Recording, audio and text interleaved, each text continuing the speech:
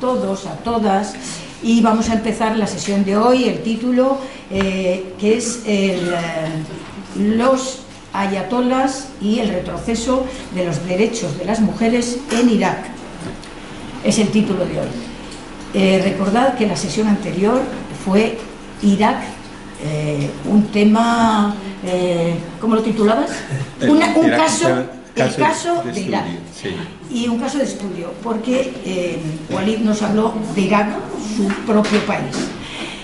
Y nos recordaba, porque si recordáis empezó con una anécdota, nos contaba Irak, un país desconocido para mucha gente, dónde estaba, lo que había resultado de este país a lo largo de la historia. Entonces nos hizo un recordatorio de las características, la localización geográfica en Oriente Medio, las características geográficas, nos habló de las grandes ciudades históricas como Bagdad, de los grandes ríos como el Tigris, de las riquezas naturales que han sido motivo de codicia para los pueblos vecinos y para los distintos imperios, invasiones y otros países, y que han determinado en gran parte pues la propia historia de Irak. En el repaso histórico que nos hacía, pues nos recordaba este país, Irak, el esplendor, el desarrollo que llegó a adquirir en épocas históricas antiguas y los retrocesos y avances sucesivos a lo largo de los siglos, por efecto también de las invasiones y por efecto también de su propio acontecer histórico como país. Y se detenía especialmente en los dos acontecimientos últimos a finales del siglo XX y a comienzos del siglo XXI, sobre todo la guerra Irán-Irak y especialmente la invasión en 2003, sí, la invasión por parte de Estados Unidos y potencias occidentales que produjeron una devastación absoluta en Irak, en pérdida de vidas humanas, en destrucción de la propia sociedad, de las instituciones políticas de Irak, de culturales, económicas, de todo tipo, de los que no sé cuántos años necesitará Irak para reponerse, ¿no? Y ya nos anticipaba Walid algo relacionado con el tema de hoy. Y nos hablaba de un hecho nuevo para él en el desarrollo histórico y en las características de Irak, que era el protagonismo que las diferencias religiosas estaban teniendo en el Irak actual, en el nuevo Irak, entre comillas, porque el nuevo Irak es un Irak desdichado ahora mismo, pero esta influencia que las diferencias religiosas estaban teniendo, que parece ser que esto no había ocurrido anteriormente. Y ya esto anticipa el tema de hoy, los ayatolás y el retroceso en los derechos de las mujeres en Irak, ¿no? Walid, te escuchamos con el mayor interés, como siempre, así que puedes empezar cuando quieras. Venga. Bueno, muchas gracias, María. Qué memoria más aguda y buena. Si me hubieras pedido que hiciera yo un resumen de mi charla, no lo habría hecho tan bien como lo has hecho tú. Se ha leído tu folleto también. Estupendo. Bueno, pues de nuevo quería dar las gracias al CAUM por organizar este ciclo de charlas, a Ana por grabar, siempre estar ahí dispuesta a ayudar, echarnos una mano, y gracias a todos vosotros por asistir. Estas fotos que estamos viendo creo que es el resumen también de la charla de hoy, porque en realidad son mujeres iraquíes, la que vemos aquí, de los años 60, 70, en las universidades, azafatas, maestras, locutoras de radio, de televisión, etc. Y van así, modernas. Hoy en día es muy difícil, muy pocas ocasiones puedes encontrar una chica que vaya vestida de esta forma, que sea tan moderna como la que estamos viendo aquí, por esas circunstancias que María ha señalado. Es decir, esta involución, este retroceso que ha sufrido toda la sociedad iraquí, incluso otras sociedades de la región, en realidad, no solamente la sociedad iraquí, sino también podemos hablar de sociedades de Jordania, de Egipto, en fin, Siria, Líbano. Todos ellos han tenido este retroceso, esta involución, y creo que la mujer, particularmente las sociedades, es un indicativo. Cuando ves que tienen derechos, tienen más libertades, sabes que toda la sociedad ha avanzado. Y cuando ves que las mujeres están en otras circunstancias de represión, de marginación, eso indica también que prácticamente toda la sociedad está sufriendo estos fenómenos. Bien, voy a pasar a unas imágenes y el PowerPoint, que es el apoyo que voy a tener que utilizar para esta charla de hoy. Aquí hay una cita de una escritora famosa, conocida, May Ziada, que era amiga íntima de Gibran Khalil Gibran. Seguro que a muchos les suena Gibran Khalil Gibran. Es un gran escritor universal. Por si a lo mejor si nombro alguna obra suya, igual suena como El Profeta, Alas Rotas, Lágrimas y Sonrisas. Es un autor muy conocido. Mucha gente piensa que es indio, no sé por qué razón. Alguna vez a mí me han dicho que este autor indio, Gibran, no, es árabe, libanés. Es verdad que luego vivió la mayor parte de su vida en Nueva York, en Estados Unidos. Además era pintor, aparte de un gran escritor. Tiene obras en muchos museos internacionales también. Entonces May Ziada, su amiga íntima, decía esto. Es decir, si un hombre o cualquier hombre tuviera las mismas circunstancias de las mujeres, de marginación, de represión, pues ya no sería este hombre tan valioso, tan valiente, tan tenaz. Sería también como las mujeres que reprimen, las mujeres que marginan, y esa es la realidad que ocurre.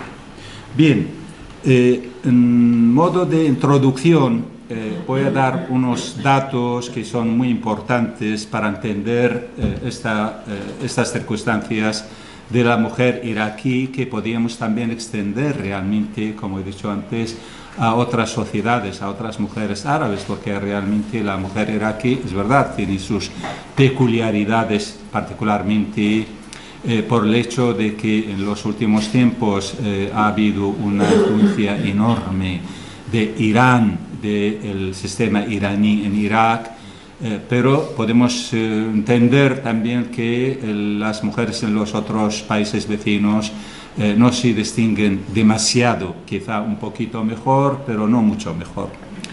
En el artículo 2, el punto 1 de la Constitución iraquí, la última Constitución iraquí que fue redactada en el año 2004, y tiene grandes maldades, lamentablemente, es decir, ha limitado derechos y libertades, porque fue redactada justo después de la invasión de Irak, que fue en el 2003. Entonces, en el 2004 han redactado una constitución sectaria que sirve a un grupo determinado de la sociedad y va en contra de muchos de otros sectores, especialmente la mujer. Entonces dice, el Islam es la religión oficial del Estado, es fuente principal de la legislación. Eso es algo grave, sinceramente. No solamente en Irak, sino también hay otros países que ponen que el Islam es la religión del Estado. Porque, ¿qué ocurre después? La añadidura que viene a continuación. Está prohibido promulgar leyes contrarias a las disposiciones del Islam. ¿Qué podemos entender de esto? como en el Corán, en el Islam está permitido la poligamia, entonces no se puede hacer ninguna ley que vaya en contra de la poligamia. Como la herencia de la mujer es la mitad de la del hombre, pues entonces no podemos igualar la herencia entre hombres y mujeres, etcétera, etcétera, etcétera. Es decir, eso es lo que ocurre en muchos países musulmanes que, si se acuerdan o si os acordáis, en la primera charla hablé de cómo los países árabes y musulmanes, cómo están organizados. Si hablamos de los países árabes, son 22 países, hablamos de lengua, y si hablamos del mundo musulmán, pues son 57 países del conjunto, que son cerca de 200 países en el mundo, que el Islam es la unión o el hilo conductor de su relación. Entonces, la mayor parte de los países musulmanes pues ponen esto: la religión del Estado es el Islam. Entonces, esto condiciona enormemente cualquier tipo de desarrollo, especialmente en cuanto a los temas de la mujer, y lo mismo si hablamos de las minorías. Es decir, es una grave para ellos. Un número importante de leyes y normas del Código Penal y del Código del Estatuto Personal, se conoce a veces también como el Código de la Familia, están inspirados en las enseñanzas del Islam. Es decir, lo que he dicho antes, el tema de la herencia, el tema de la poligamia, el tema del repudio, el divorcio, el matrimonio, etcétera, etcétera. Muchos de los artículos de los convenios y tratados internacionales en defensa de los derechos de la mujer o las minorías chocan frontalmente con los códigos mencionados anteriormente y con las enseñanzas del Islam.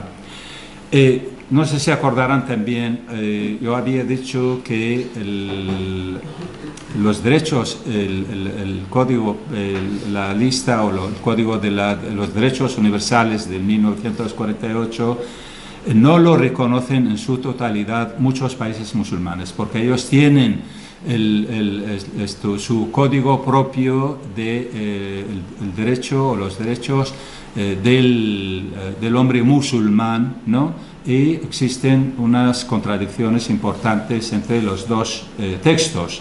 Es decir, la lista de los derechos que nombra este derecho internacional, pues lamentablemente se ve agravado por este derecho de los países musulmanes, árabes y musulmanes. No sé qué he hecho. Vamos a la... ¿Visual? A ver. Ahora.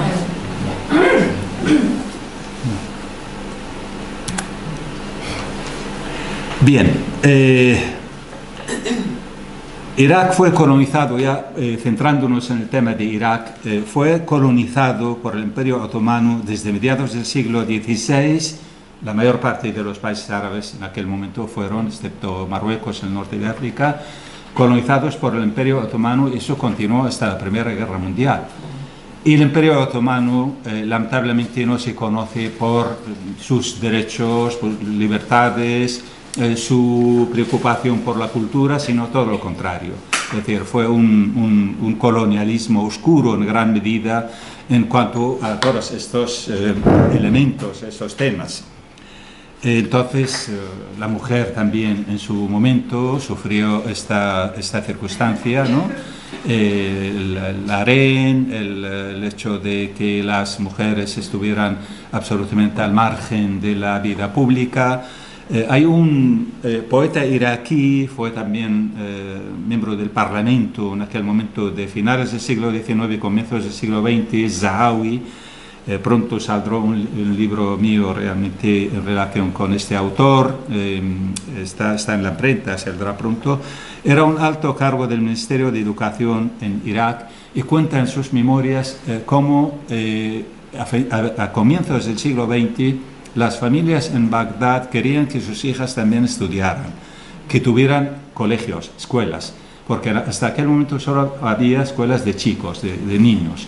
Entonces ellos presentaron un escrito a las autoridades del Ministerio de Educación y el Ministerio de Educación no tenía competencia, tenía que pedir la autorización de la Porta Sublime de Estambul, de Turquía, del Imperio Otomano. Y bueno, ahí hay una historia muy curiosa, cómo mandan una delegación para estudiar el sitio donde ponen. Y bueno, es una anécdota más que, parece una anécdota, pero es real.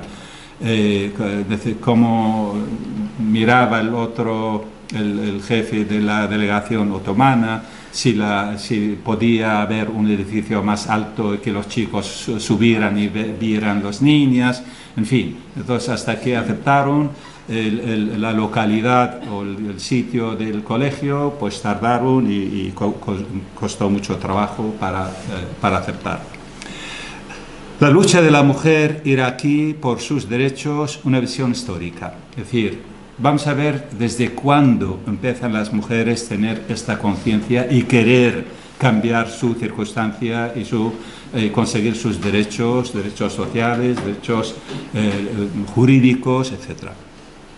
De 1914 a 1920 es la dominación del sistema feudal por su tradición, costumbres que lesionaban la dignidad de la mujer, que sufría las consecuencias de la ignorancia, analfabetismo y la marginación. Es decir, estamos al comienzo del siglo XX y no había mucha posibilidad que las mujeres tuvieran realmente un espacio para ellas en la sociedad.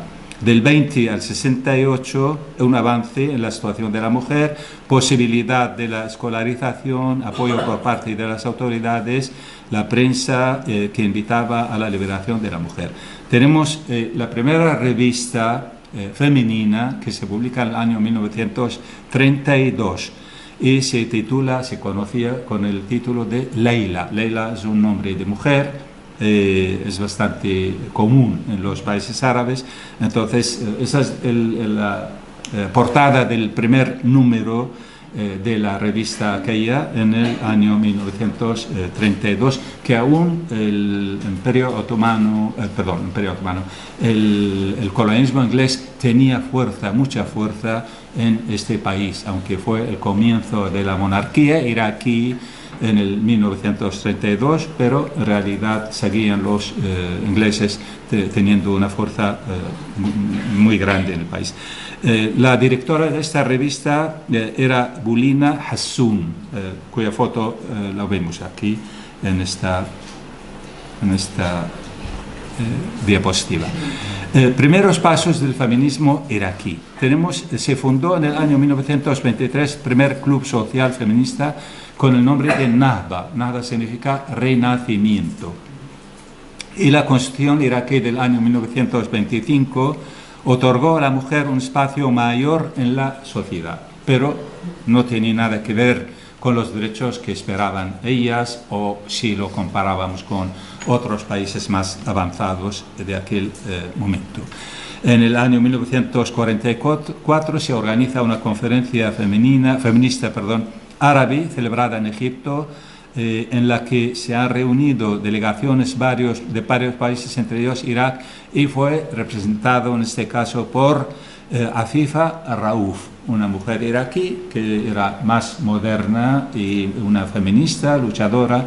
Entonces fue a Egipto a representar a las mujeres iraquíes.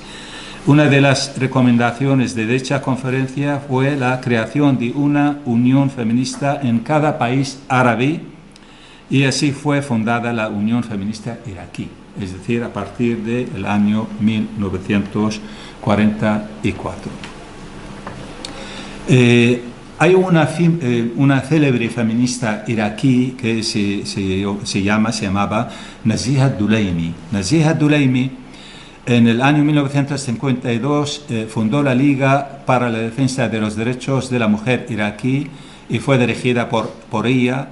Y más adelante el nombre se modificó a la Liga de la Mujer Iraquí, que sigue hasta la actualidad. Hoy en día encontramos en Irak esta asociación en defensa de los derechos de la mujer. En 1959, Naziha Duleimi fue nombrada ministra de Fomento y participó en la redacción del Código del Estatuto Personal, Código de la Familia, número 188 del año 1959, que fue en su momento el más avanzado de todo el mundo árabe. Mucho mejor que el Código de la Familia que existe actualmente. Estamos hablando del año 1959. Y además fue nombrada ministra, una mujer ministra.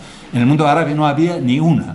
No me acuerdo, no sé realmente si en el mundo occidental, en Europa, aún había ministras o no, porque sé que en algunos países todavía las mujeres no podían ni siquiera votar.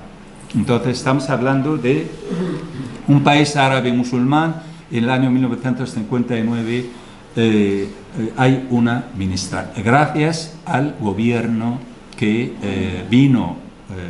se instaló en Irak en el año 1958, es decir, un año antes, por el general Qasem. Era un militar, pero él dio un golpe de Estado, cambió la monarquía a república, pero hizo grandes reformas, reforma agrícola, reforma de tenencia de tierra, reformas sociales, ayudas para necesitados, hospitales, escuelas, universidades, etc. Y nombró una ministra como fue esta mujer. Entre otras mejoras, había unificar la edad del matrimonio.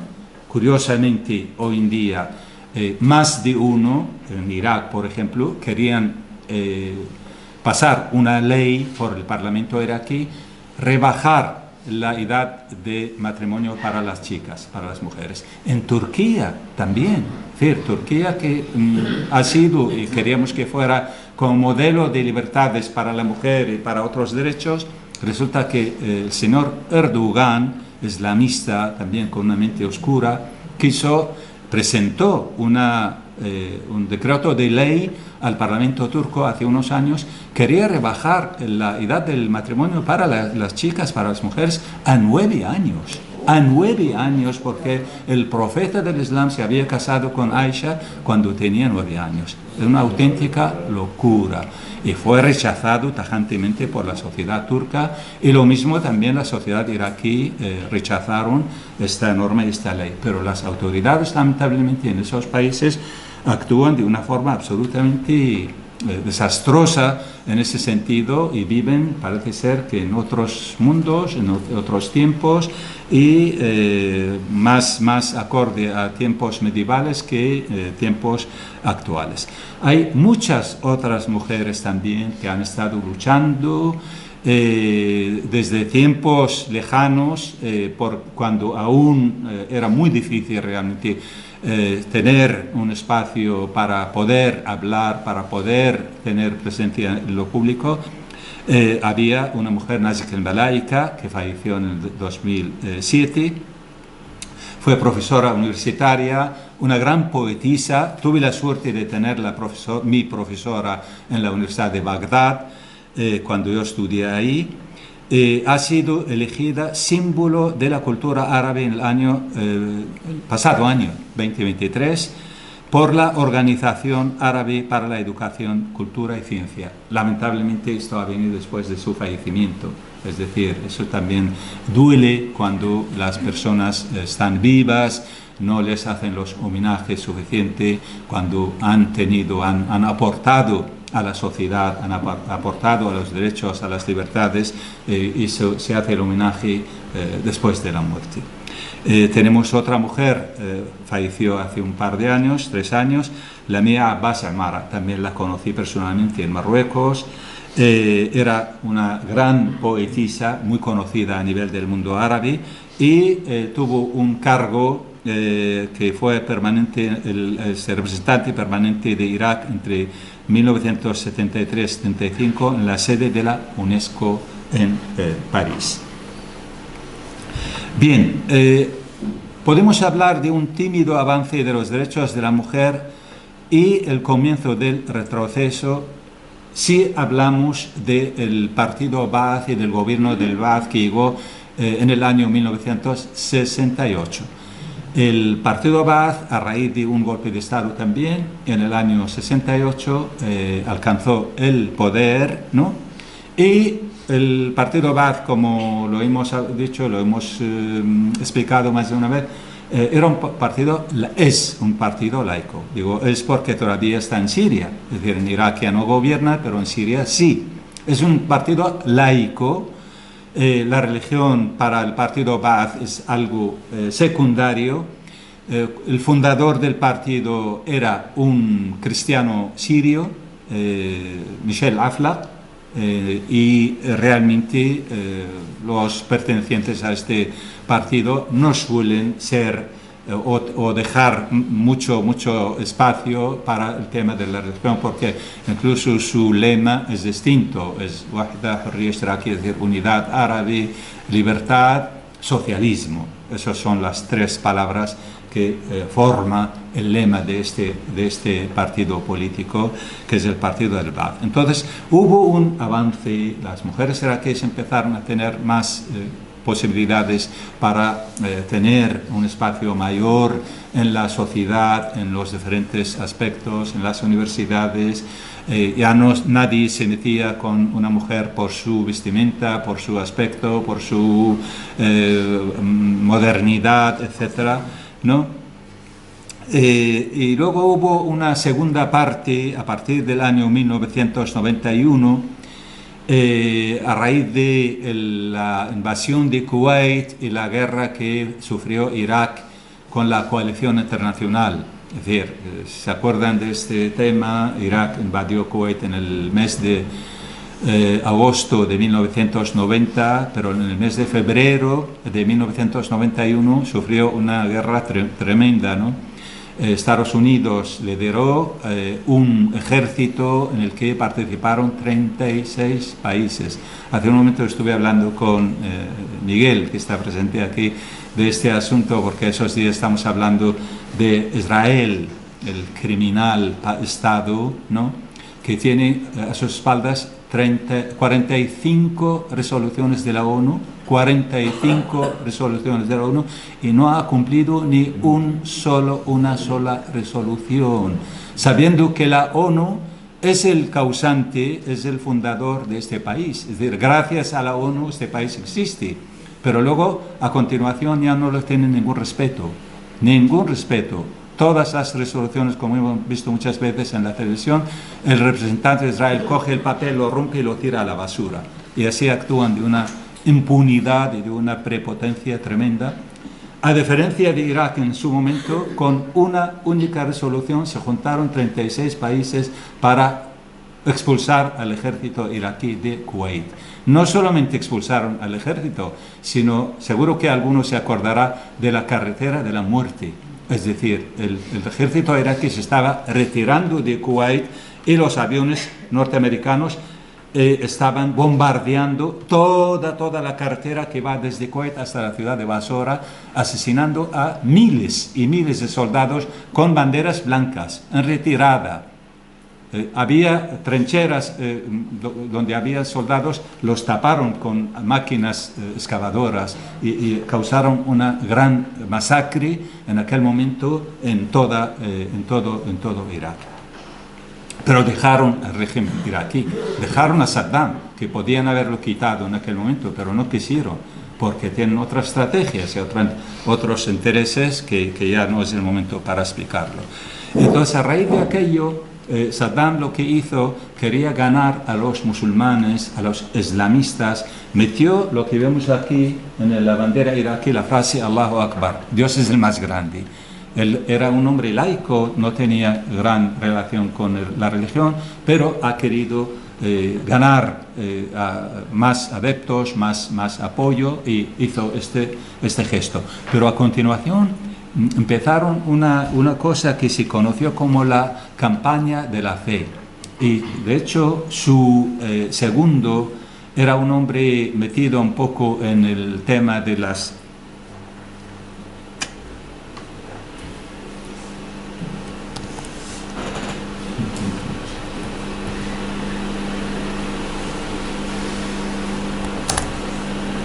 en una cofradía sufí, y él digamos, estaba dispuesto a jugar este papel de seguir esta campaña de fe, y particularmente los que sufrieron las consecuencias eran las mujeres.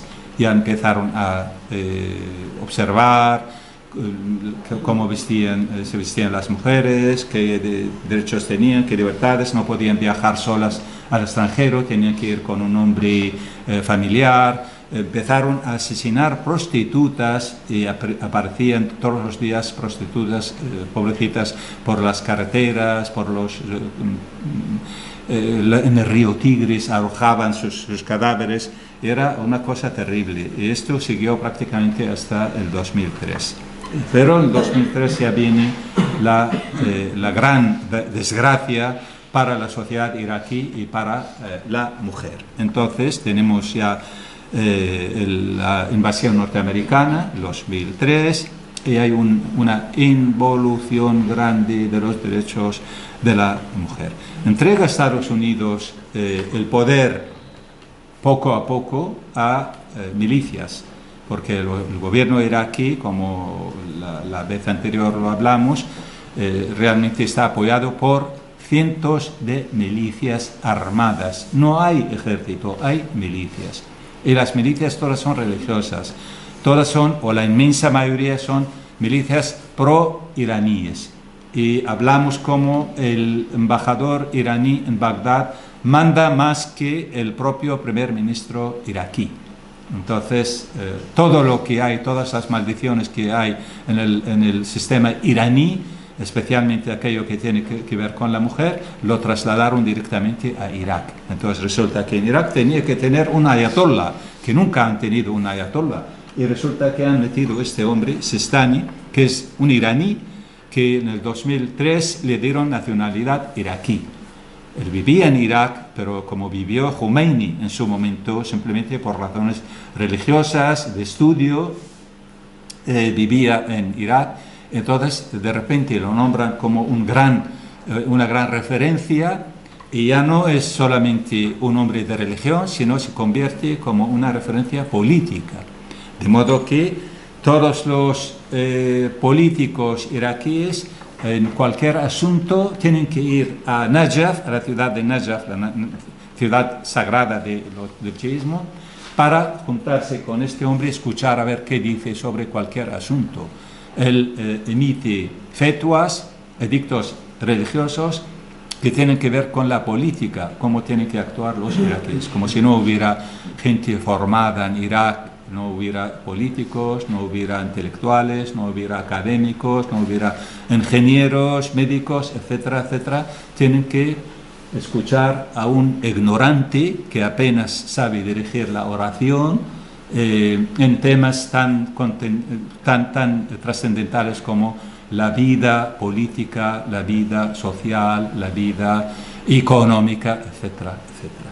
Entonces, y por otro lado estaba el otro personaje que Estados Unidos asesinó en el mes de enero de 2020, Qasem Soleimani, que era el encargado de las brigadas Al-Quds de la Guardianes de la Revolución Islámica en Irán, que mandaba en todos estos países, le tenían pánico cuando llegaba a Irak, cuando llegaba además a su antojo, como si fuera su tierra, su país, sin visado, sin avisar, sin decir, iba a Irán, a Siria, iba a Líbano, entraba en Irak, sin ningún tipo de condiciones.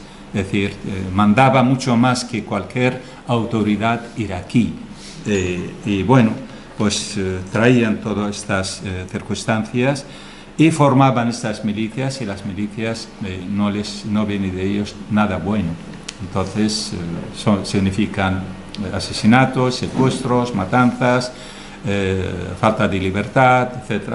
Y la mujer iraquí cada vez empieza a estar ausente de la vida pública, empiezan a tener la obligación de llevar el hijab. No puede una mujer salir a la calle con la cabeza descubierta, no pueden vestirse como les gusta, sino tienen que ceñirse a estas condiciones de estos personajes. El mayor deterioro, claro, viene a continuación, después.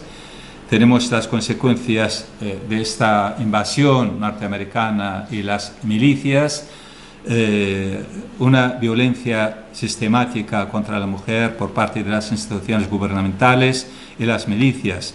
Según el Fondo de la Población de Naciones Unidas, en Irak casi el 50% de las mujeres han sufrido algún tipo de violencia. 8 de cada 10 han sufrido abusos sexuales. El matrimonio de menores, como he dicho antes, aunque no han conseguido de forma oficial organizar la rebaja de la edad de las niñas para el matrimonio, pero eso se hace de forma extraoficial, porque están los clérigos en las ciudades santas, Najaf y Kerbala, y van ahí a formalizar el matrimonio y no hace falta ya tener la autorización del juez. Y luego ya se verá cuando tenga niños cómo se organiza el asunto. Matrimonio de placer, creo que también eso lo comentamos en algún momento aquí. Ese es un tipo de relación entre hombre y mujer, lo llaman matrimonio, pero de matrimonio no tiene nada porque es una prostitución camuflada, en la cual se pueden juntarse dos personas, un hombre y una mujer, a través de un pequeño papel, un formulario que firman delante de un clérigo, y pueden ir con este papel al hotel, tiene que tener un límite, es decir, temporal, nos casamos por un día, por 5, por un mes, es así. El hombre tiene que pagar una dote a la mujer, no tiene que tener descendencia la relación, no produce tampoco herencia, es decir, la mujer no puede tener la herencia o el hombre de la mujer. Bueno, son circunstancias así. Es una relación antigua que aparece en el Corán, se practicaba antes en tiempos del comienzo del Islam, pero después fue anulada esta historia. Los chiíes siguieron practicándolo. En tiempos del Shah estaba prohibido, se hacía de forma clandestina. Pero cuando llegaron los clérigos al poder en Irán en 1979, lo han hecho oficial. Ya directamente todo el mundo lo puede practicar. Y ahora lo han trasladado a los países vecinos donde hay chiíes. En Irak, en el Líbano, en Yemen, existe esta circunstancia. Lógicamente, los que caen en estas trampas y en estas redes son mujeres pobres, viudas, necesitadas. Es una prostitución, pero le llaman matrimonio. Le dan un barniz legal para que nadie diga nada. Y ahora encontramos en las ciudades estas de Irak, por ejemplo, algunas oficinas que se ofrecen. Bueno, en la BBC, en inglés, hubo un programa, seguro que lo pueden encontrar, el matrimonio secreto en Irak, y entonces lo han grabado de forma secreta y van a una de estas oficinas, hablan con el encargado, sí, tenemos chicas, jóvenes, mayores, lo que quieras, la relación puede durar tanto, etcétera, esto cuesta tanto, aquello cuesta, bueno, pues simplemente eso es lo que existe. Entonces,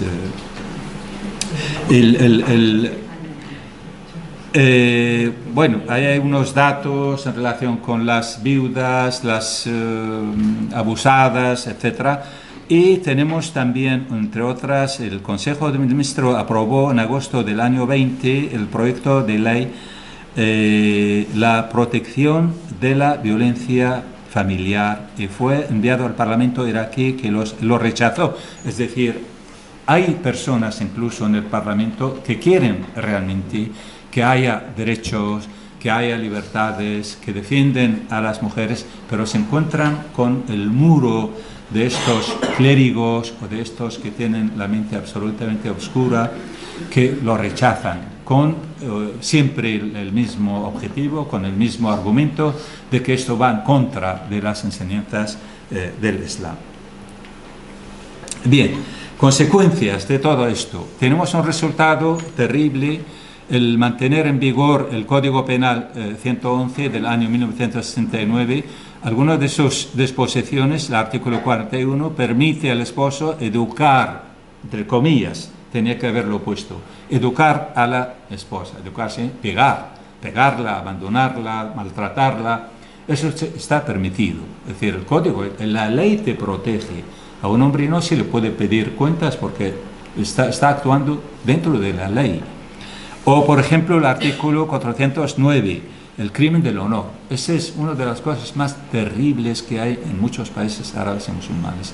Es decir, un joven, hermano, marido, tío de una mujer puede asesinarla simplemente porque la ha visto hablar por la calle con un chico, con un hombre, a lo mejor un hombre la para preguntarle algo. Digo, oiga, ¿dónde está el Corte Inglés? Entonces ya es suficiente para que lo mates y no tienes apenas castigo. Es decir, máximo a lo mejor son 3 años y una multa o nada, simplemente sales porque existe este derecho que se conoce como el crimen del honor. Todavía existe en muchos códigos penales de países árabes y musulmanes. En algunos lo han eliminado, lo han quitado, pero lamentablemente en un país como Irak todavía existe. O el artículo 398, en caso de violación de una mujer, si el violador acepta casarse con la mujer violada, entonces ya desaparece el castigo, desaparece la culpa, ya no tiene absolutamente ningún tipo de condena. Decisiones oficiales que han perjudicado a la mujer iraquí, por ejemplo, la Alta Comisión para la Mejora de la Realidad de la Mujer publicó la orden número tal el 18 de diciembre de 2011, que obliga a las empleadas públicas a llevar una vestimenta, entre comillas, adecuada. Adecuada, claro, ellos lo saben cómo es la adecuada. Tiene que ir metida en un saco negro, esa es la adecuada, no tiene derecho de enseñar ni su cara, ni su boca, ni su pelo, absolutamente nada, para la función pública.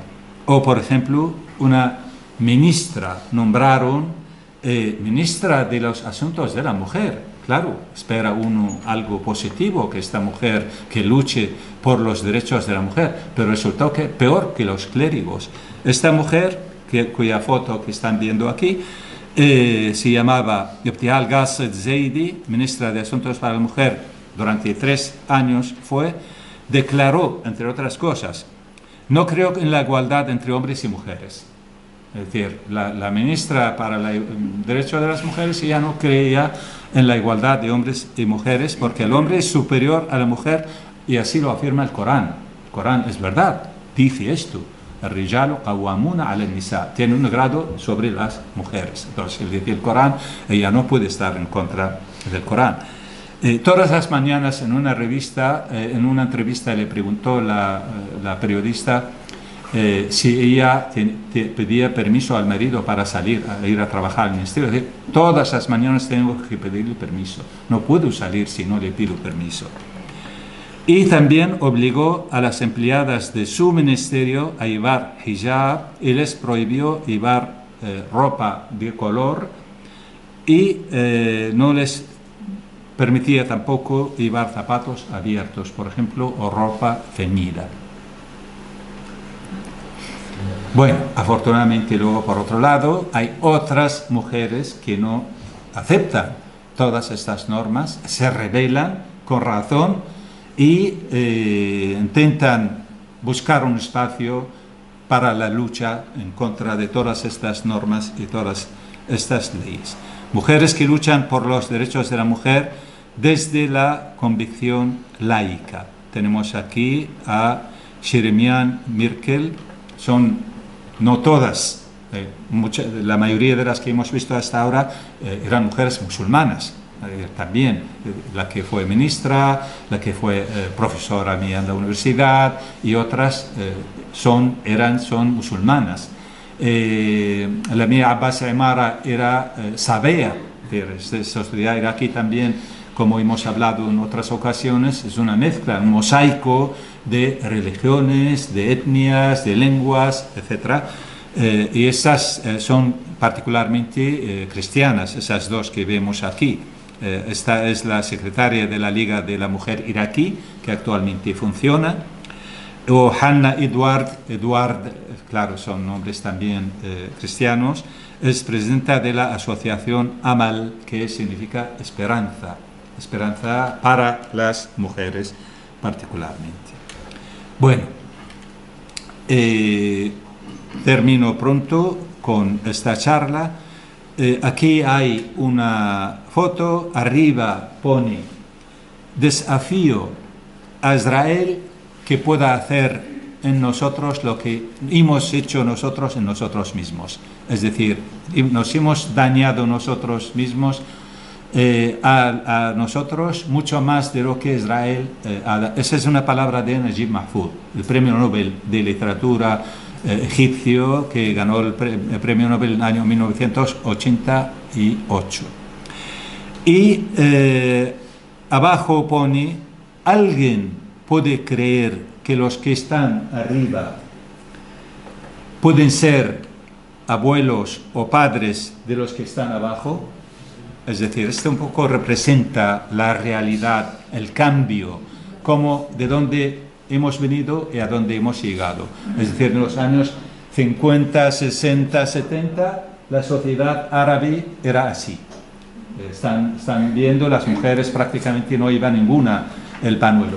Hoy es así. Hoy en día es esto lo que vemos en Irak, en Bagdad, en Kerbala, en Najaf, en cualquier ciudad. Pero también lo vemos lamentablemente en países vecinos. Encontramos en Siria también esta circunstancia, encontramos en Egipto esto. Entonces, esto un poco resume realmente esta transformación, este cambio, esta involución, este retroceso en mucho, porque no significa, no estamos hablando de que el hijab hay que prohibirlo o es malo, o sea, es muy significativo, porque significa muchas cosas. Es decir, no es un simple símbolo, no es una simple prenda, porque lleva muchos significados detrás. Significa limitación de derechos, limitación de libertades, marginación de la mujer, discriminación de la mujer, etcétera, etcétera. Y esa es la realidad y la verdad. Conclusión de todo lo que he dicho. Después del 2003 y con el auge de las corrientes religiosas radicales, la expansión de milicias armadas y otras organizaciones extremistas, el papel de la mujer ha experimentado una clara involución en todos los ámbitos de la vida. Desde aquella fecha, la mujer iraquí no cuenta con ninguna protección, ni estatal ni de organizaciones humanitarias. El Islam político, que hemos tenido una charla especial sobre este tema, el Islam político se ha apoderado de Irak y el laicismo ha ido retrocediendo. Y con esta nueva realidad, la sociedad iraquí ha perdido derechos y libertades conquistados con gran esfuerzo. En los sucesos sectores sociales más perjudicados han sido la mujer y las minorías. Las minorías, me refiero, que cristianos, sabeos y otras religiones. Creo que hemos oído hace un par de años, o un poco más, cuando el tema del Estado Islámico y las masacres que cometió contra los yezidíes, las mujeres yezidíes que fueron secuestradas, decenas, cientos de mujeres fueron secuestradas, violadas, vendidas en los mercados como una mercancía, y eso lamentablemente son parte esencial de la sociedad iraquí. Haciendo un poco inciso en el tema del Islam político, porque para algunos, incluso en la academia, en las universidades, tienen una admiración hacia los islamistas, el Islam político, los hermanos musulmanes, creen que esto es una solución para la sociedad iraquí, como una alternativa de poder, una alternativa política, y creo que ignoran sinceramente, ignoran o les importa poco las sociedades árabes y musulmanas cuando defienden esto. Ignoran porque no llegan a leer los textos de los fundadores de esto. Hoy mismo, esta mañana, he estado corrigiendo un artículo que me han mandado para evaluar una revista universitaria, y entonces el tema de la madre, habla de la madre, su valor en el Islam, las mujeres en el Islam y tal. Y claro, el autor, que desconozco quién es, porque es anónimo, me lo mandan sin nombre para no tener para valorarlo de una manera absolutamente justa, ¿no? Habla con admiración también de una mujer islamista que era compañera de Hassan el-Banna, el fundador de los Hermanos Musulmanes, y dice que la mujer en el Islam está absolutamente respetada, tiene totalmente acceso a la sociedad, al espacio público, etcétera, etcétera. Y una de las observaciones que puse yo en el informe, diciendo que esto merece un comentario, porque no es así. ¿Cuál es su líder, el líder de esta mujer, el fundador de los Hermanos Musulmanes, Hassan el-Banna? ¿Ha leído alguien el libro de Hassan el-Banna sobre la mujer? Tiene un libro, La mujer musulmana se titula, La mujer musulmana.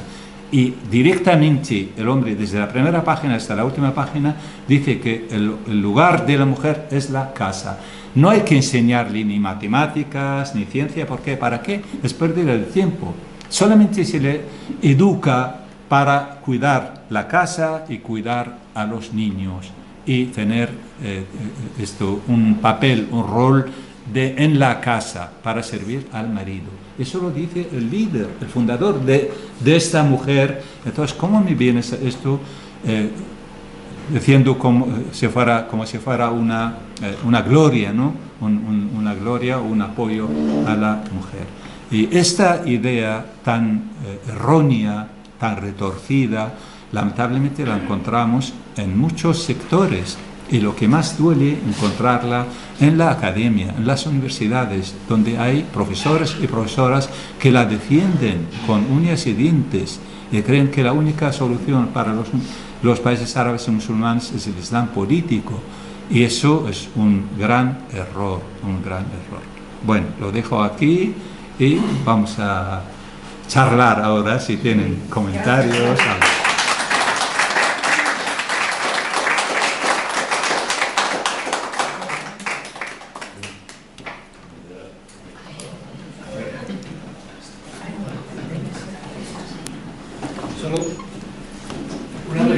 Una pregunta siquiera. ¿Cómo es posible si el paralelismo cronológico del 32, la mujer en España pudo empezar a votar? A favor y tal. En aquella época, en Irán, las mujeres tenían más o menos los mismos derechos, más o menos. Sí, sí, sí. ¿Cómo es posible? Solamente porque por la religión, si el Corán te dice la del hombre superior, y por el jefe, ¿no? Por eso claro, pueden llegar a... Sí, sin duda. De la cultura de la mujer, llegar a esto. En todo el mundo árabe-islámico, incluso en Afganistán, hoy día en Afganistán la mujer lleva burqa, apenas no le ves ni siquiera los ojos, tiene una red delante de la cara y no puede ver el mundo, ¿no? A través de sus ojos normales. Había mucho más libertad que ahora, es decir, en las universidades afganas en aquel momento, en otros ámbitos, empleadas, funcionarias, etcétera, tenían mucho más derecho, mucho más libertades, iban vestidas de otra forma, tenían más espacio público. No solamente el vestir, sino cómo se puede ganar la cultura o la ciencia. No, es la política. Es la política que ha hecho todo esto, es decir, son las situaciones políticas que han llevado. Estas situaciones políticas están en manos de personas, sin ninguna duda, en manos de milicias, en manos de grupos. La revolución islámica iraní en el año 1979 ha hecho mucho daño y ha causado, es decir, no es el único factor, pero uno de los grandes factores de este cambio social, la pérdida de derechos, la pérdida de libertades, uno de los grandes factores es la revolución islámica iraní y la influencia que ha tenido en todos los países vecinos. Por eso yo estoy intentando... Eso más el Corán, ¿no? Sí, pero el Corán existe desde hace... El Corán existe desde hace 1500 años, es decir, en los años 50 la gente ya no le hacía tanto caso al Corán, porque había la influencia de la ex Unión Soviética, por ejemplo, había mucha influencia del mundo occidental, porque ya en el siglo XIX, finales del siglo XVIII, comienzos del siglo XIX, ya empezó el Renacimiento árabe, se conoce como Renacimiento árabe, y las mujeres empezaron poco a poco a ver y saber cómo se vive fuera, en Francia, en países europeos, en Rusia, y todo esto realmente lo han ido siguiendo poco a poco, intentando. No digo que seguir modos y modelos o normas determinadas es lo más maravilloso, sino es una evolución social natural, normal, cosa que debería ser así, ¿no? En aquel momento el Corán no tenía mucha importancia. ¿Por qué razón? Porque, claro, la situación política era esta. La ex Unión Soviética, el mundo occidental, estaba presente en esas sociedades, entonces seguían un poco, abrían los ojos, veían que la gente vivía mejor, las mujeres tenían más derecho, las minorías también, había elecciones, los ciudadanos podían participar. Todo esto lo querían ellos también implantar en sus propios países. Entonces el Corán ha quedado en alguna medida al margen. Sin duda el Corán es importante, al igual que la Biblia para los cristianos. Es decir, hace 50 años o 70 años en España no tenían estos derechos, las mujeres tampoco tenían estos derechos, porque también la Biblia estaba mucho más presente que ahora. ¿No? ¿No es así? Sí. Pues pasa exactamente lo mismo. Es decir, por eso digo que el laicismo, las conclusiones, el laicismo se ha ido retrocediendo y ocupando un lugar. Esto, los clérigos, la religión, las milicias religiosas que empezaron a imponer sus normas, su visión. Erdogan mismo es un ejemplo que tenemos. Turquía desde los tiempos de Atatürk, del 1920, ha sido un modelo maravilloso para el mundo árabe-islámico en derechos y libertades, ¿no? ¿Qué pasó hace 20 o 22 años que está en el poder Erdogan? No lo está consiguiendo afortunadamente, pero está intentando continuamente, cada vez que puede, quiere meter una ley que limita derechos, limita libertades, quiere que las mujeres vuelvan a sus casas, que las mujeres lleven la vestimenta islámica según su visión. Y eso es lo que es la política. La religión sí, la religión es moldeable, es bastante moldeable porque la política juega con la religión. Entonces la religión depende en el momento, depende de las autoridades, lo llevan por un lado o por otro lado. Cosa que están haciendo Israel con el tema del judaísmo.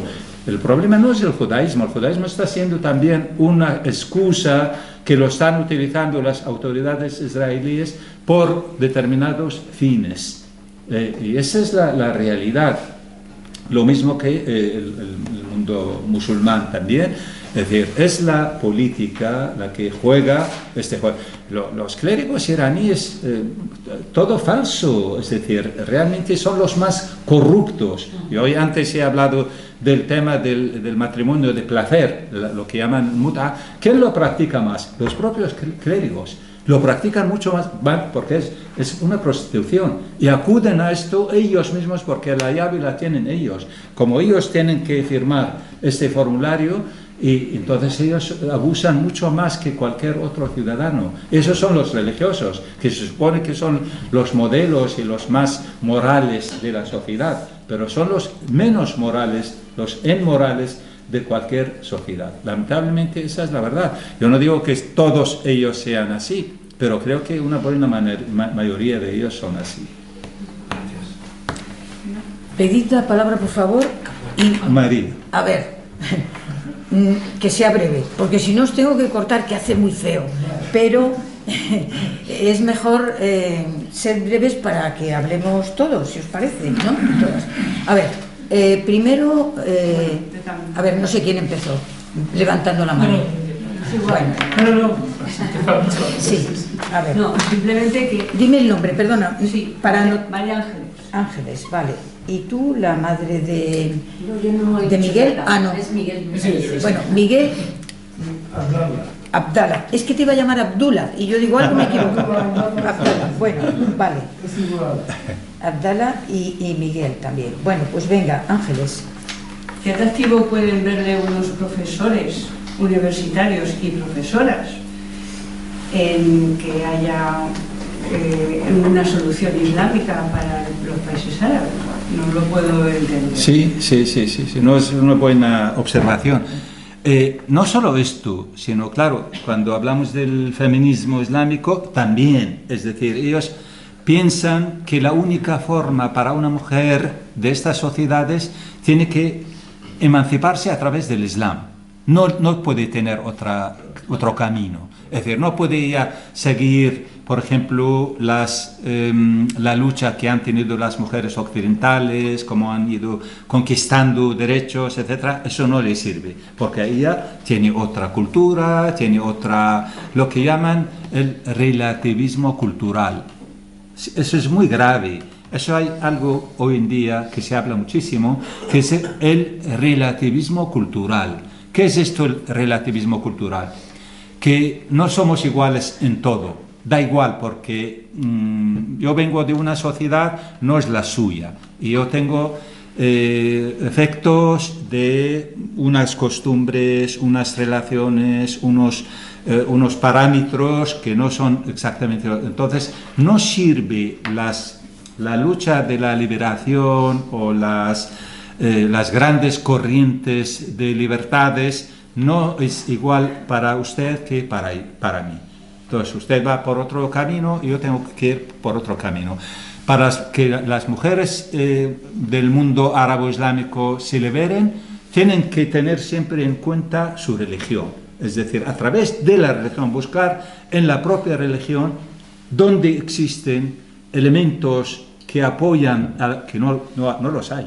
Lo malo es que no los hay, pero ellas retuercen las realidades para encontrar, eso es lo que yo expliqué en mi libro, el feminismo islam, una ecuación imposible, porque ellos defienden de que no, el islam está lleno de justicia para la mujer y tal cual, y retuercen la verdad, las realidades. Por ejemplo, llegan a decir, imagínense qué curioso y qué grave, llegan a decir que antes he dicho que Erdogan quería pasar un decreto de ley para que las chicas pudieran casarse a los 9 años, porque el profeta se casó con Aisha con 9 años.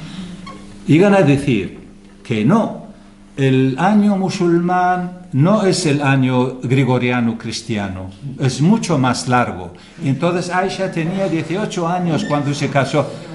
Pero es que, ¿a quién pueden engañar? ¿A quién? El año musulmán incluso es más, tiene entre 10 y 11 días menos que el año gregoriano, porque ese es año lunar.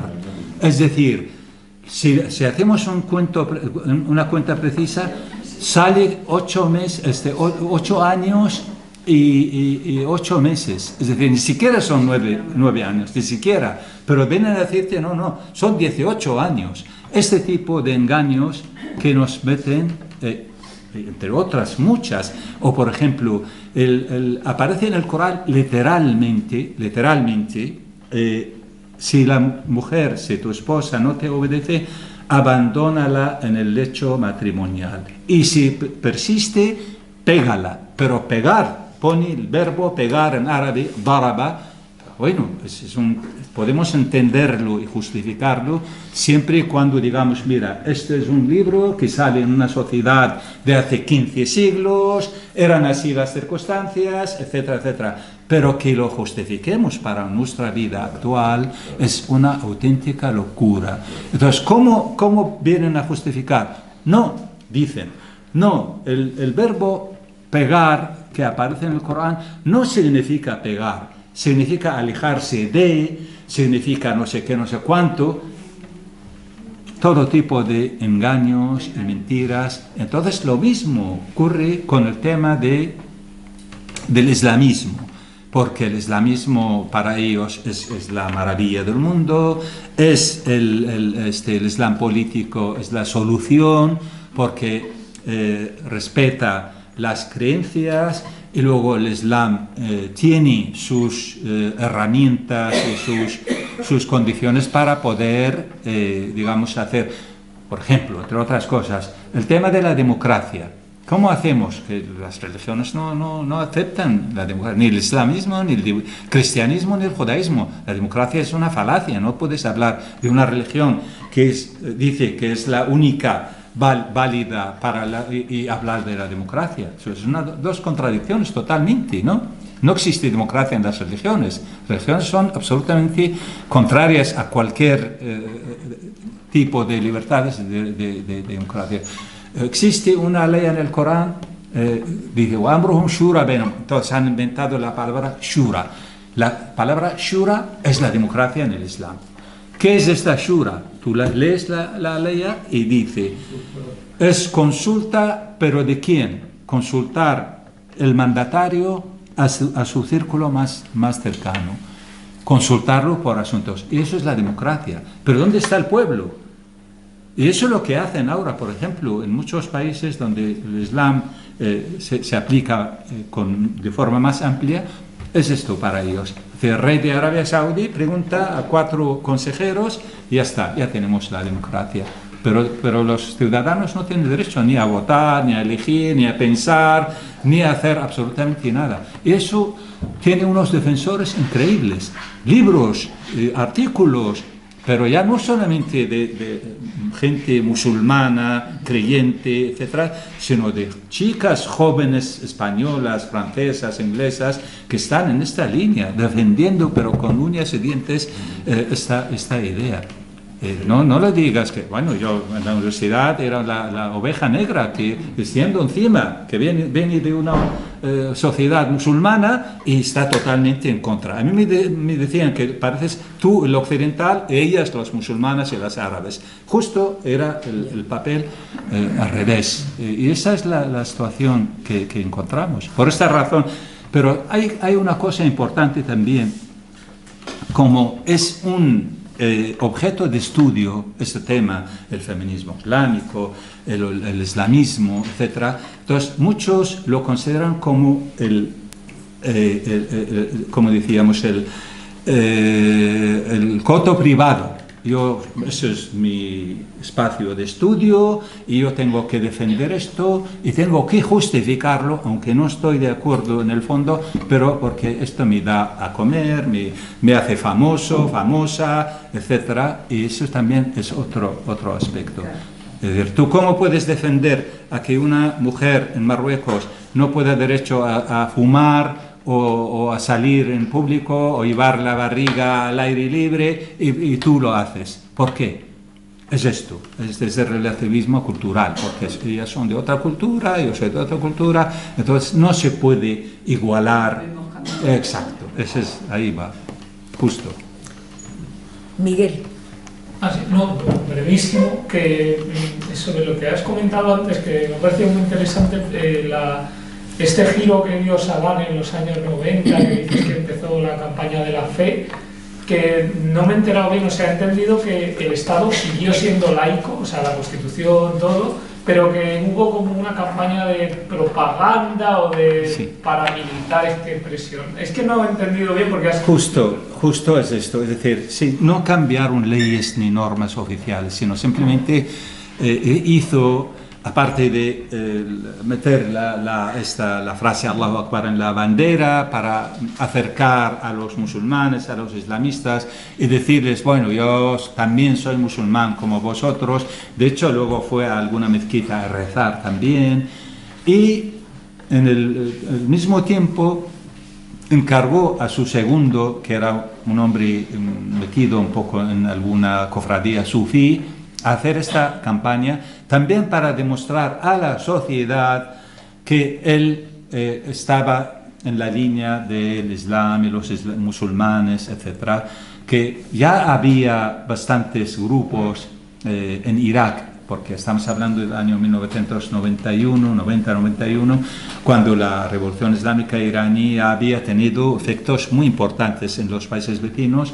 Entonces él quería demostrar a la sociedad, porque estaba necesitado, por razones políticas, otra vez, estaba necesitado de apoyo social, y uno de los sectores sociales, los musulmanes, en general, pues para apoyarlo, él creía esto, que iba a utilizar esta propaganda para atraer el apoyo de un sector social que son los musulmanes y los islamistas de la sociedad. Era una propaganda absolutamente, es decir, como lo hacen en otros momentos también, cambiando de chaqueta, entre comillas, para conseguir unos objetivos, unos fines determinados, que eso fue, porque Saddam se vio muy debilitado en aquel momento, porque realmente en el 91 después de la guerra, perfectamente podían quitarlo de en medio. Llegaron las tropas norteamericanas desde Kuwait, que expulsaron al ejército de aquí,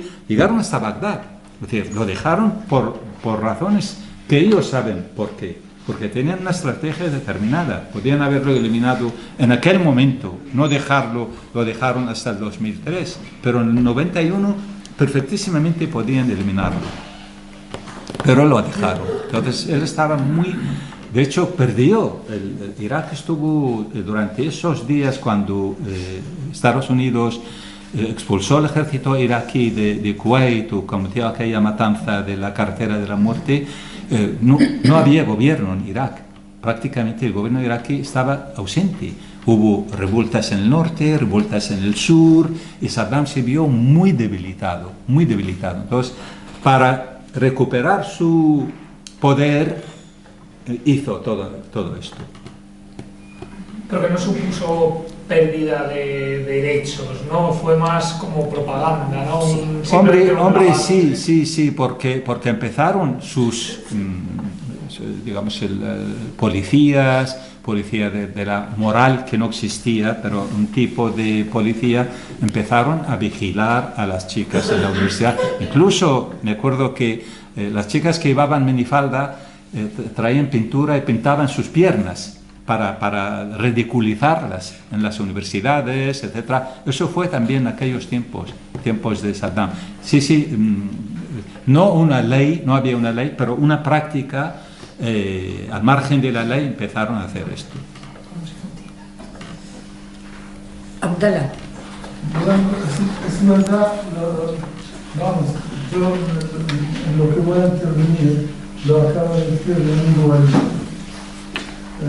Es verdad que después del año 90, Saddam Hussein, el régimen iraquí, lo han dejado debilísimo. Pero ¿por qué lo han dejado? Acaba de decirlo el amigo Walid, y yo estoy de acuerdo con él. ¿Por qué lo han dejado? En fin, lo más importante en acontecimientos políticos y sociales, que uno pregunte, o la sociedad, o periodistas, o quien queramos, preguntan el por qué. No contar la narrativa como si fuera un telediario, ¿no? Preguntar el por qué ha pasado este acontecimiento en el año tal y cual de la historia del país tal o el país cual. Yo creo que eso estaba planeado. Sin duda, por supuesto. Hombre, nada es casual. Y el resultado de lo que digo yo ha venido en el 2003. Aniquilar un país con científicos, con recursos humanos por todo lo alto a nivel europeo, dejarlo en la miseria, sin gasas, sin jeringas, sin nada en los hospitales o en las oficinas. Un país destruido. En fin, lo que pasó en el año 90, de dejar a Saddam Hussein de pie, y luego atacarlo en el 2003, hombre, aquí vamos a estar hasta mañana a las 12 y no acabamos de terminar de explicar el que ha pasado en 13 años. Eso está estudiado. Lo que pasa, los que nos estamos defendiendo, porque nos sentimos ofendidos por ciertos hechos, yo no me gustaría ser como un loro, porque van a decir hasta mis hijos, papá siempre dice lo mismo. Yo no siempre digo lo mismo, pero yo, el planeador hacia el mal en mi tierra, no quiero decirlo, para no me digan que soy un loro. A ver. Bueno, si te parece, vamos a seguir. Sí, yo he terminado. Vale. Bueno, disculpa, pero bueno, ha sido un comentario. Sí, no, pero bueno, yo creo que todo es interesante, pero es porque hay más palabras. Fátima. Bien, yo quería comentar que hace un año justo que estuve en Irán. Entonces la situación de la mujer allí, pues os podéis imaginar, encontré de todo, a las jóvenes muy contrarias a la situación que vivían. Recuerdo en una biblioteca que estaban universitarias estudiando y allí pues nos quitamos todas el velo, se lo quitaron ellas, y que esto iba a terminar, Yo la verdad creo que aún les queda mucho tiempo.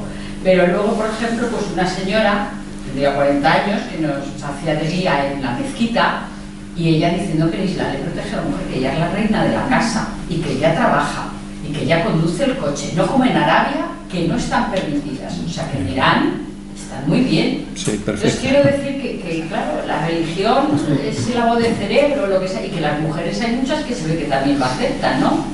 Como algún ejemplo que nos has puesto aquí. En fin, que la situación es difícil, pero yo voy porque la revolución iraní fue la primera, quizá, ¿no?, en este aspecto islámica. Y eso estuvo organizado, y ahora ¿cómo va a caer todo esto? Yeah, difícil. ¿Qué visos tiene de que esto pueda moverse? Porque también Arabia Saudí, no hablamos de ella, pero esa monarquía, como tiene también a la mujer y a todos, ¿no? Entonces ahí hay mucho poder, Irán tiene mucho poder político en el mundo y Arabia también. Porque claro, Irak ya lo han destrozado, Irak ahora ya no es nada. Siria tampoco, ¿no? Ya está. Pero los otros, ¿qué pueden hacer? No sé, yo lo veo difícil salida para la mujer y para que acabe este dominio de la religión y que, bueno, pues la religión que la tengan, pero que sea religión, pero no que invada el aspecto político. Cuidado que en esos países hay, de acuerdo que es una minoría cristiana, sí, es verdad, pero los piensan hay. igual que los musulmanes. Bueno. Cuidado, Ya. que En vamos cuanto a la mujer, misa, ¿no? A todo vamos a misa, comulgamos, el cura es mi primo y lo que tú quieras. Ya. Pero vamos, comportamos igual que ellos. ¿Por qué? Yo quiero que pensemos siempre en el porqué. Sí, claro. ¿Por qué triunfó el ayatolá Khomeini? A ver, ¿por qué? Un minuto. Fue sin haber tirado una bala en Teherán. Lo trajeron de París en Eso, un de avión París. de lujo, Sí. bajó en Teherán y no se disparó ninguna bala. Claro. El ejército iraní era de los ejércitos más fuertes del mundo, no de Oriente Medio. Bueno, una cosa, Walid, a propósito Sí. de lo que dice Fátima, yo te voy a preguntar también y a ver si lo enlazamos, porque una cosa, los ayatolas, ¿no? Sí. Da la impresión, o no lo sé, si lo he asimilado yo bien, de que es un elemento un poco extraño en Irak. Pues es que además hasta en la vestimenta y no digamos en la intromisión, en Irán, el hecho del el ayatolá. Me parece que es un elemento extraño en Irán, a su manera también, pero es que da la impresión de que en Irak y para la sociedad iraquí y para la política iraquí es un elemento me parece tan extraño y tan ajeno que no sé la sociedad iraquí, no sé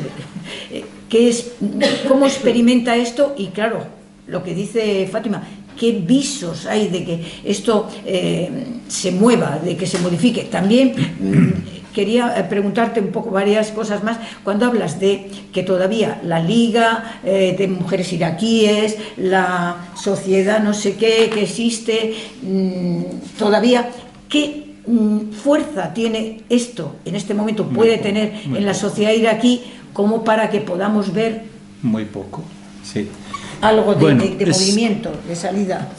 Vamos a hablar de forma un poco más general en cuanto al papel que tienen las religiones, la revolución islámica iraní en la región, porque realmente todas son consecuencias de esos dos elementos. Khomeini había vivido en Irak 14 años, es decir, antes de ir a París, porque en París solo estuvo 4 años, anteriormente estuvo en Irak 14 años viviendo, y fue una de las condiciones para que dejara el Shah de Irán de apoyar a los kurdos iraquíes levantados contra el gobierno central en Bagdad. Entonces, una de las condiciones fue que expulsara Irak al Khomeini frente a que los iraníes dejaran de apoyar a los kurdos. Entonces, en aquel momento Saddam le invitó a marcharse y fue a... Y bueno, todo esto en realidad también tiene muchos elementos que se necesita analizar, el tema del Khomeini, cómo llegó, etc. Pero yo creo que es más importante pensar en el papel que tiene Occidente. Yo no soy de la idea del complot, pero sí existen factores muy importantes, el tema del mundo occidental, Estados Unidos, y su papel en la región, su apoyo a los ayatolás para que llegaran a Irán y cambiar el gigante, uno de los dos gigantes de Oriente Medio, tener este cambio, entregarles el poder, especialmente el poder religioso, el Islam, que ellos teóricamente no están de acuerdo, pero prácticamente sí, cosa que están haciendo, siguen haciéndolo hasta la actualidad. Es decir, ¿cómo es posible que hablan los norteamericanos, los estadounidenses, día y noche de esta enemistad que existe entre Irán y ellos? Lo estamos escuchando todo el día. Irán es el enemigo de Israel. Eso necesita realmente un análisis profundo, porque no es tan real o tan verdad esta enemistad que existe. Irak, después de ser invadido en el 2003, en 2 años después se entregó a Irán totalmente. Sobre una bandeja de oro lo entregaron a Irán. ¿Cómo es posible esto? ¿Dónde está entonces la enemistad, supuesta enemistad entre Estados Unidos e Irán, cuando un país importante como Irak se lo entregan para tener más fuerza, más recursos económicos? Porque una buena parte de la economía iraquí va a las arcas iraníes. Todas estas milicias que están en los países vecinos, en Yemen, los hutíes que están lanzando bombas en el Mar Rojo, los Hezbollah en el Líbano, las milicias en Irak, las milicias en Siria, todos estos son financiados con dinero iraquí. Irán no tiene dinero, Irán está sufriendo un embargo importante desde hace mucho tiempo. El dinero lo saca a los iraquíes y se lo entrega a Hezbollah y al otro, a todas estas milicias. Y esto con la autorización y el beneplácito de Estados Unidos. Lo mismo el tema de Israel. Estamos pensando, Irán, bueno, ¿te acuerdas cuando estaba Jaldía aquí, sí, un poco después del 7 de octubre, cuando empezó el tema, Jaldía, mujer palestina, discutió conmigo cuando yo hablé de Irán, de que no va a hacer nada, dijo, Irán va a entrar en guerra.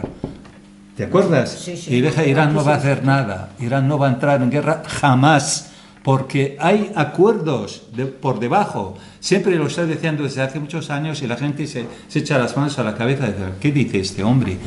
No existe esta enemistad. Esta enemistad es absolutamente un auténtico teatro que están haciendo.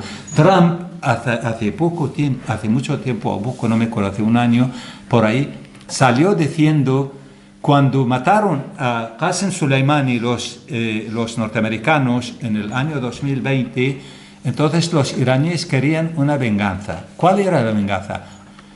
Sus representantes en Estados Unidos le pidieron permiso a Trump, hablaron con Trump diciendo queremos hacer algo para la opinión pública interna. Entonces vamos a lanzar unos cohetes a una sede, una base militar norteamericana en Irak, en Erbil, se llama base Al-Assad, se conoce con este nombre, pero no vamos a matar a nadie. Así mismo, un acuerdo así. Entonces, les permitieron lanzar 18 cohetes, pero con la condición de que cayeran fuera de la base y que no mataran ni una mosca. Y así fue. Eso lo dijo Trump en los medios de información. Y con Israel lo mismo. Todo el mundo pensaba, Irán va a matar a Israel, va a hacer desaparecer a Israel. Falso, mentira. Hay intereses comunes entre Estados Unidos, Israel e Irán. Esos tres países están absolutamente con un acuerdo, Entonces, ¿qué ocurre cuando lanzó hace poco Irán los cohetes sobre Israel? ¿Dónde han caído? ¿Han matado acaso una mosca? Ni un soldado israelí han muerto nunca. La prensa árabe, lo que leemos la prensa árabe, se burla de los cohetes de Hezbollah que lanza al sur del Líbano. Resulta que hay un poste de luz en el sur, en el norte de Israel, y habrá recibido 50 cohetes, siempre al poste de luz. Todos los cohetes que lanzan no llegan más que a un palo. Es decir, no han matado ni a un solo soldado israelí. Simplemente están jugando para la opinión pública, para la población, para engañar al mundo, engañar a la opinión pública. Y eso también a otros niveles, el tema de la religión, el tema de la mujer, el tema... Todo esto realmente está absolutamente pensado. Estados Unidos no sabe, acaso, teniendo los consejeros de todo el mundo, sabiendo dónde se mueve una bicicleta, no digo un avión de guerra, una bicicleta, sabe dónde está y dónde va y cómo lo está haciendo. ¿Cómo es posible que permita todo esto? Porque tiene poder en la región económico, estratégico, militar, etcétera, etcétera, para entregar el poder, en el caso de Irak, por ejemplo, a los ayatolás y a las milicias. ¿Qué ocurre en Siria? Lo mismo. Han llevado los iraníes su poder a Siria. En Siria está pasando lo mismo, un retroceso tremendo a nivel social. Siria nunca han visto todas estas procesiones que salen para la conmemoración del Hussein, golpeando la cabeza, cortando la cabeza con espada, etc. Jamás ha sido. Ahora ya llevan 4 o 5 años con estas actitudes, con este tipo de procesiones que son ajenas. Vienen de Irán porque los iraníes lo han traído, y lo mismo lo que decíamos antes, el matrimonio de placer. En Irak no existió nunca, jamás ha habido esta cosa, y ahora está metido. Y todo esto realmente, el culpable principal ha sido Estados Unidos, porque ellos han invadido este país y lo han destrozado, han eliminado el Estado, han desmantelado prácticamente el Estado iraquí de arriba a abajo. Ahora no hay ni universidades, ni hospitales, ni escuelas. El analfabetismo alcanza el 40% de los niños menores de 15 años, cuando Irak en el 82 consiguió un premio de la UNESCO por haber acabado con el fenómeno del analfabetismo. Irak, un potencial humano en cuanto a ingenieros, médicos, escritores, etcétera, etcétera, etcétera. Más de 1000 profesores universitarios fueron asesinados después del 2003. Médicos, no dejan a los médicos han tenido que marcharse la inmensa mayoría. Los pilotos iraquíes que habían participado en la guerra con Irán empezaron a asesinarlos uno tras otro. Irán, los servicios secretos iraníes mataban a todos porque como una venganza han ido matando. Todo esto realmente es con el beneplácito. Entonces el tema de la mujer, sus derechos, etcétera, forma parte de todo esto. Es decir, ¿acaso no existía la religión antes? Claro que existía, pero la religión de una forma natural ha ido perdiendo poder, adeptos, etcétera. Los niños cuando van en el colegio a estudiar, ahora los programas de los niños de la escuela lo han cambiado todo. Es decir, ya no se habla de países democráticos, no, solo temas de religión. Y desde el odio, desde el rechazo. Y lógicamente todo esto influye al final. Esos niños crecen y después ya son cargos oficiales, ocupan lugares en la administración, etc. Y tienen esta mentalidad. Ayer mismo, Irak, todo contentísimos, la inmensa mayoría de los chiíes aplaudiendo y bailando porque han considerado un día determinado como día festivo. ¿Qué es este día festivo? Que resulta que el profeta del Islam había pronunciado que Ali, que es el fundador del chiismo, Ali bin Abi Talib, sería su sucesor. Entonces, este día se convirtió en una fiesta nacional. En cambio, el 14 de julio, que es el día verdadero de la liberación de Irak, ¿no? Día nacional que ha sido desde aquel momento, desde el 58 hasta ahora, lo han eliminado, lo han quitado. Entonces, claro, la gente, los niños, los jóvenes van aprendiendo esto, todos son relaciones con la religión, con la superstición, con las falsidades, etc. Y cuando ya crecen, pues llevan toda esta carga en la cabeza y en la personalidad. Lamentablemente, luego, todo lo que es positivo de democracia, de derechos, de libertades, etcétera, etcétera, eso no existe en su código, en su agenda. Creo que Antonio. Sí, una curiosidad. Aquí con la filigrana, ya sabes, de violencia de género, violencia intrafamiliar, para querer dibujar la evidencia, ni siquiera en los casos más extremos en Irak, de matanza por las bravas de hombre sobre mujer, digamos, no existe ninguna penalización, porque si es tu esposa, está, digamos, de antemano justificado, entre comillas, que haga lo que haga, no tiene ninguna consecuencia. Las cosas no son tan límites realmente. Es decir, existe lo que antes he dicho en cuanto al crimen del honor. Algunos países lo han eliminado. Por ejemplo, sé que Jordania ha sido uno de los últimos países que lo ha cambiado y lo ha convertido como un crimen como cualquiera. Pero todavía existen en algunos países la suavización del castigo. A lo mejor, en el peor de los casos, Arabia Saudí, Emiratos Árabes, 3 años máximo. Entra en la cárcel el hombre que mata a una mujer por el tema del honor, ¿no?